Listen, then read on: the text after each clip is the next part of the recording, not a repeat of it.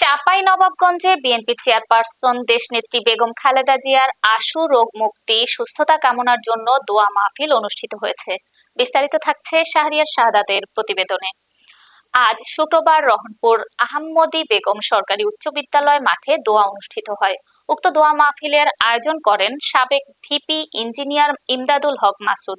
দোয়া মাহফিলে উপস্থিত ছিলেন বাংলাদেশ জাতীয়তাবাদী দল বিএনপির গোমস্তাপুর উপজেলা শাখার আহ্বায়ক পার্বতীপুর ইউনিয়ন পরিষদের চেয়ারম্যান মোয়াজ্জেম হোসেন, আলীনগর বিএনপির সহ সভাপতি সুমন হোসেন, পার্বত্যপুর ইউনিয়ন বিএনপির সিনিয়র সহ সভাপতি ইসরাইল হোসেন সহ উপজেলার বিভিন্ন অঙ্গ সংগঠনের নেতাকর্মীরা।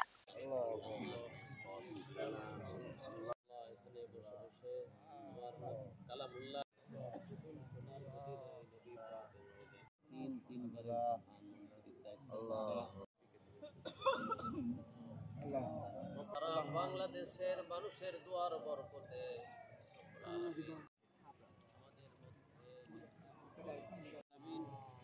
যেই মানুষটিকে দিয়ে দেশের সুন্দর শান্তি প্রতিষ্ঠা লাভ করবে আল্লাহ, কল্যাণের জন্য যেই মানুষটিকে তোমার প্রয়োজন